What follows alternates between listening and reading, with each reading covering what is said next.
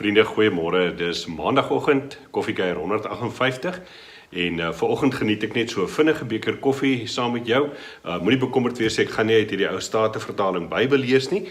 Ek gaan vanoggend net vir jou daardie video van BibleProject wys wat spesifiek dan gaan oor die Spreuke boek, die opbou, die saamstel van dit.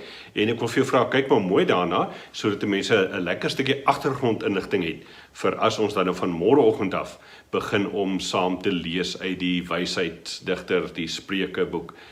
Geniet jou koffie, geniet jou maandag. Ek is vinnig op pad Centurion se lisensiekantore toe, want my bestuurderslisensie verval vandag en ek sal moet 'n plan maak, anders as ek onwettig op die pad. Mooi loop, ons kuier môreoggend weer saam. The book of Proverbs. The word proverb typically refers to a short, clever saying that offers some kind of wisdom, and this book has a lot of those. But they're almost all in the center section of the book, chapters 10 to 29. But there is way more going on in the book of Proverbs, especially at the beginning, chapters 1 through 9, and the conclusion, chapters 30 and 31. The book's been designed with an introduction, chapter 1, verses 1 through 9, and it first of all links this book to King Solomon. Now remember the story in 1 Kings chapter 3. Solomon had asked God for wisdom to lead Israel well. And so Solomon became known as the wisest man in the ancient world. And we're told in 1 Kings chapter 4 that he wrote thousands of proverbs and poems and collected knowledge about plants and animals. So Solomon was like the fountainhead of Israel's wisdom literature. So while not all the material in this book is written by him personally, he is where Israel's wisdom tradition began. The introduction says that by reading this book, you too can gain wisdom. Now, wisdom for most of us means knowledge, but the Hebrew word chokhmah means much more than just mental activity. It refers to action also. So think skill or applied knowledge. This is why back in the book of Exodus, chapter 31, it was artists and craftsmen in Israel who were said to have chokhmah. So the purpose of this book is to help you develop a set of practical skills for living well in God's world. And this gets linked with another key idea in the introduction, the fear of the Lord. Now, fear here is not about terror.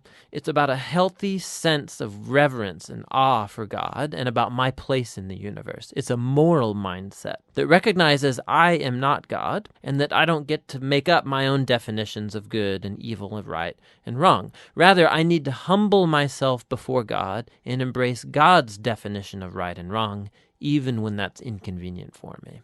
Now, this introduction leads us into the first main section of the book, chapters 1 through 9, which also doesn't contain short one-liner proverbs. Rather, what we find here are 10 speeches from a father to a son about how the son should listen to wisdom and cultivate the fear of the Lord and live accordingly, which means a life of virtue and integrity and generosity, all of which lead to success and peace. The father warns his son also about folly and evil and stupid decisions that will breed selfishness and pride, all leading to ruin and shame. And so the son should make the pursuit of wisdom and the fear of the Lord his highest goal in life. And this way of thinking, it forms the moral logic of this entire book.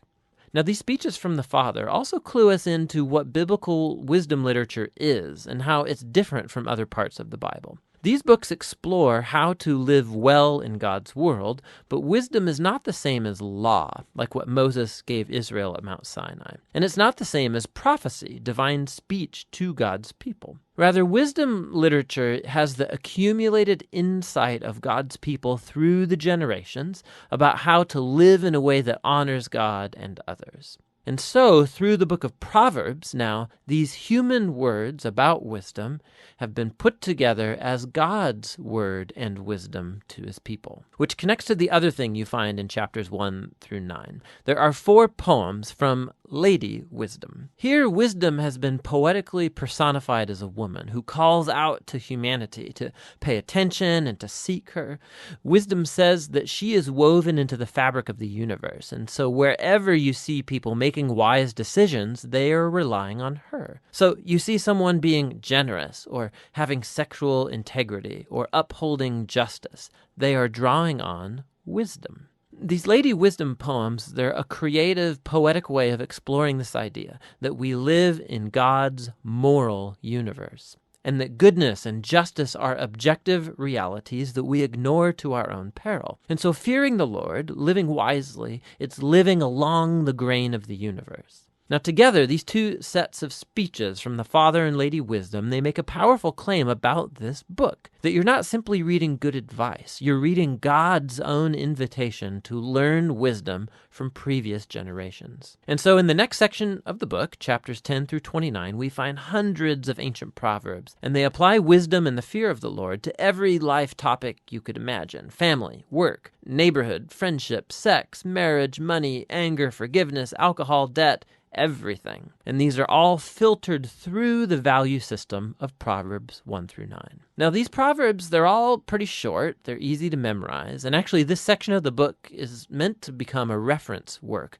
that you return to time and time again throughout the years, which raises some important issues in learning how to read these Proverbs. First of all, Proverbs are by nature about probabilities. So you fear the Lord and you make wise, good choices, things will likely go well for you. And if you don't fear the Lord, you're foolish, your life will likely not go so well. Now, that is all often true, but not always. Which leads to the next point, that Proverbs are not promises. They're not formulas for success. So, some Proverbs, for example. The fear of the Lord prolongs your life, but the years of the wicked are cut short. Or, train up a child in the way they should go, and when they're old, they won't turn from it. So yes, fearing God, being a moral person, will most likely lead to a better, longer life, and raising your kids in a stable, loving home does set them up well, but there are no guarantees. Lots of things can and often do go wrong in our world. And so lastly, Proverbs by nature focus on the general rule, but not the exceptions, which are many. And the wisdom books actually aren't ignorant of that.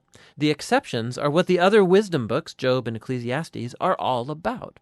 And together, these acknowledge that life is too complex for simple formulas, which is why we need all of the wisdom books together to get the bigger picture. This all leads to the final section of the book, two large collections of poems. First, poems from a man named Augustus, who begins by acknowledging his own ignorance and folly and his great need for God's wisdom. And then Augustus discovers that divine wisdom has been given to him in the scriptures, which teach him how to live well. And so Augustus is put before us as like a model reader of the book of Proverbs, somebody who's always open to hearing God's wisdom through the scriptures. The final poems are connected to a man named Lemuel. He's a non-Israelite king, and he passes on the wisdom that was given to him by his mom. It's guidance for being a wise and just leader. And then the final poem is an acrostic or an alphabet poem where each line begins with a new letter of the Hebrew alphabet. And the entire poem's about the woman of noble character.